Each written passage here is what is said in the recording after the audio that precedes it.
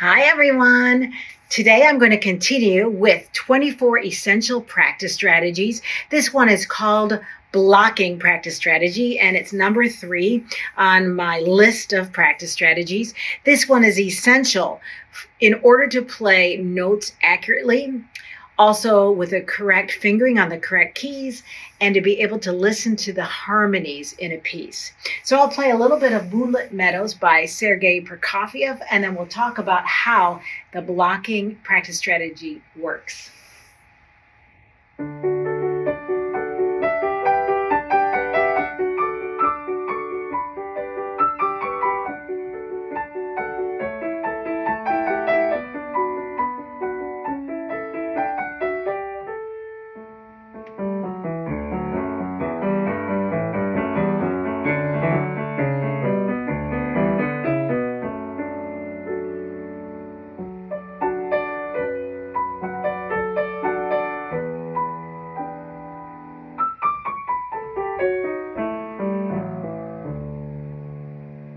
And then it changes to B flat major.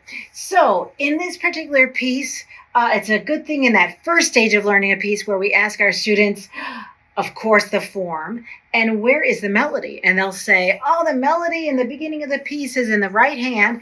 And then in the B section, it continues with the left hand. So we have to think about that nice balance between the hands. But for right now, let's talk about blocking. So we want to have our students look at that first measure and form the chord that is formed in that measure, which is a D major chord. They need to feel the pads of their fingers dropping to the bottom of the keys for that lovely 1 chord, and they can write the Roman numeral 1 below that measure. So then they go to the second measure. Oh, that looks like another D major chord, so they'll write another 1 chord there. The next measure is a 4 chord, or G major, and then another G major chord, and then a major 1 chord, and then 1 chord, 4 chord, maybe a 2-7, I think I'll call it, because it has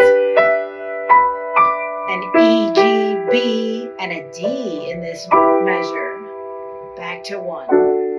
And then 1. Now we finally have a 5 chord, which is an A chord. And in the next measure, Prokofiev changes it to a 5-7 chord with a G added. And then we go to a 6 chord, minor 6, B minor, and then 5, 1.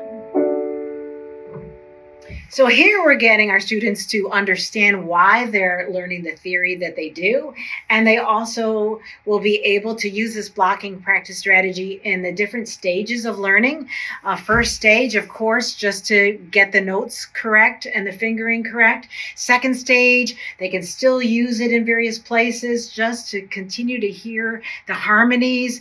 The third stage of learning a piece, when students are interpreting the piece and getting it ready for a performance, it will help them memorize, and blocking will also help them calm down and relax when they practice. So let's make sure that we do this practice strategy and all the other practice strategies in the lesson so that they know what to do at home for 6 productive days. And if you want to see more of these practice strategies, go ahead and look into my website, www.helenmarley.com.